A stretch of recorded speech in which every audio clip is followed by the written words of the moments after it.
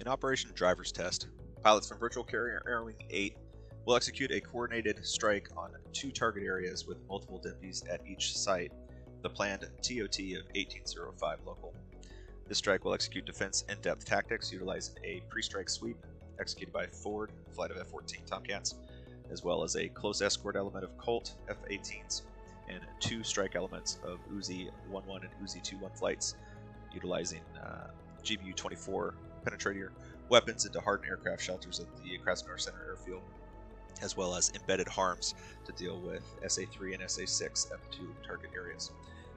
The event will be Event 5 on Theodore Roosevelt's airplan, and will commence at 17:30 for the launch. So we'll go ahead and play back the rehearsal here to see how this is supposed to play out. 17:30 we'll start the launch. Launch sequence plan will have Ford launch first, followed by Colt, and then the Uzi elements. You'll see there's time built into the front of the mission here to allow a little bit of admin, both getting out onto station, as well as Colt expected to go Texaco 1-1 and fill up on the front side of the mission. So they've got a full bag of gas to do what they need to do. At time 17:48, we're going to see Ford press out, followed shortly thereafter by Colt, and then followed by Uzi. At the time of the push, you will see Ford with a 45 nautical mile separation between Colt against a SAR-1 threat. Ford will be primarily looking at the coastal caps right in this region, which will have launched from Krasnodar. We can expect MiG-21s and MiG-23s out of Krasnodar and MiG-29s out of MyCop. MiG-29s will be on strip alerts. So as they come in, Ford will deal with the coastal caps.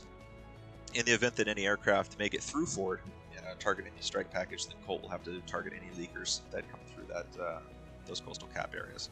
Once they've dealt with the coastal caps, Ford will set up a bar cap monitoring MyCap airfield for any strip alerts of MiG-29s. And then once Colt reaches feet dry, Colt will take over primary targeting for Krasnodar. During this time right here, where Ford is the only ones that are feet dry, they'll have to be aware of any targets coming out of Krasnodar as well. But once Colt hits feet dry here, you can expect Colt to be targeting Krasnodar and Ford targeting MyCop. At this point, Uzi will go feet dry as well, commence inbound. The one thing to keep in mind here is that we do have SA-3 and SA-6 at the target area. So as Colt hits the IP and begins to move forward towards the target area to sanitize and deal with any target area commits, they need to be aware that that SA-6 at Krasnodar Pashovsky and then the SA-3 at Krasnodar Center will most likely still be up. Now, offensive cyber actions from US Cybercom have taken down the Skynet IADS network, and so these systems will be operating independently, which degrades their effectiveness to some extent, but they'll still need to be just aware of those threats being active. Embedded harm within the Uzi-11 and Uzi-21 flights will be utilizing pre-brief shots as well as follow-on reactive shots with TOO mode to deal with those threats. Because we have locations of both the 6 and the 3, there's an expectation that the pre-brief shots will be successful. But Colt, just keep it in mind, we do have those SAMs that are active. Alright, so at this point, we'll see Uzi hit the IP, and Uzi-11 should come up and ask for a picture. At that point, if there's any air threats within the target area, Colt will go ahead and indicate whether or not they have those targets, those aircraft targeted.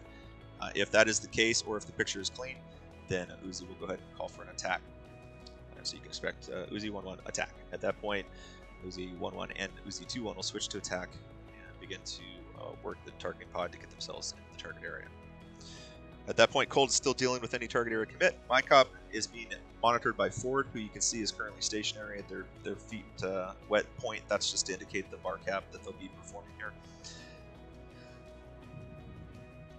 Time 18:05, simultaneous TOTs, and we see Uzi flowing out of the prom.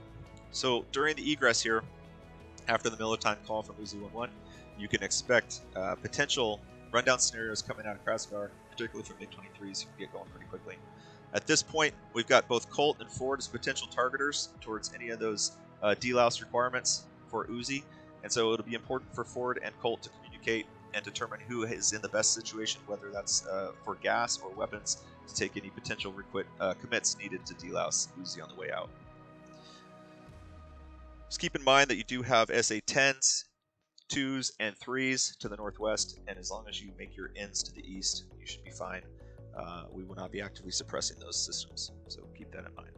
At that point, all players will be flowing out. Recovery for Event 5 will be at 18:45, so you've got some time to go ahead tank off Texaco 1-1 here at the AAR track before you head back overhead for the Case 1 recovery for the end of the Bin 5. That recovery begins at 1845, so whoever's at the bottom of the stack, in accordance with the SOP, go ahead and get yourself set up, break the deck, and try to go hook down right on that wire at 1845. It's going to be a great mission. Looking forward to it.